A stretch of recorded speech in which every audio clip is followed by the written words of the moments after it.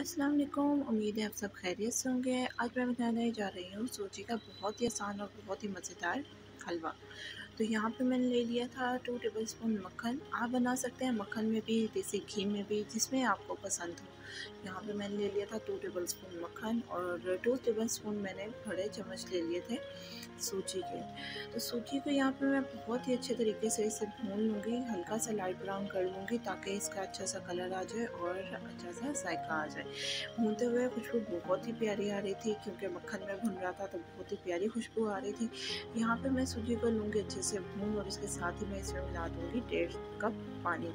पानी आप अपनी मर्ज़ी के मुताबिक भी मिला सकते हैं। अगर आपको बहुत पतला पसंद हो हलवा या थोड़ा सा थिक हो तो आप अपनी मर्ज़ी के मुताबिक मिला सकते हैं। यहाँ पे मैंने 2 कप पानी लिए थे, मुझे क्योंकि पतला हलवा पसंद है, बच्चे भी शौक़ से खाते हैं और जायका भी अच्छे से आता है और सूजी भी अच्छे से गलती है। तो यहाँ पे मैं अच्छे से साइडों से सूजी को उतार लूँगी ताकि वो अच्छे से सारी एक जान होके पक जाए। तो यहाँ पे चीनी आप कम और ज़्यादा कर सकते हैं अपने टेस्ट के मुताबिक। यहाँ पे मैंने 3 खाने के चम्मच चीनी ली थी और उसको अच्छे से कर लिया था मैंने मिक्स।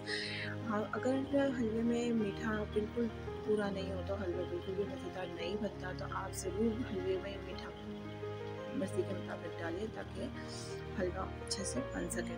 तो यहाँ पे मैं इसे अच्छे से कर लूँगी मिक्स ताकि वो उसका जायका मक्खन का, भुनी हुई सूजी का और चीनी का एक जान हो सके और अच्छे से आ सके।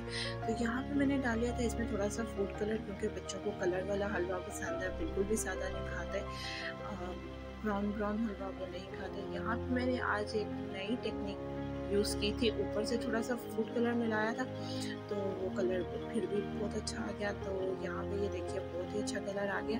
तो इसे मैं अच्छे से और पका लूँगी ताकि फूड कलर का जो थोड़ा सा कच्चापन है वो भी ख़त्म हो जाए। और यहाँ पे इसके साथ ही मैंने ले लिया था खजूर, नारियल, किशमिश और बादाम, इनको मैं डाल लूँगी और अच्छे से थोड़ा सा और भून लूँगी ताकि ये नरम हो जाए और बच्चे आसानी से खा सकें।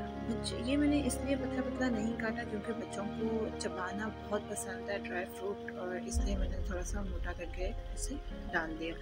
तो यहाँ पे इसे थोड़ी सी देर के लिए चलाऊँगी ताकि ये नरम हो जाए। तो यहाँ पे देखिए जी हमारा हलवा बिल्कुल रेडी है।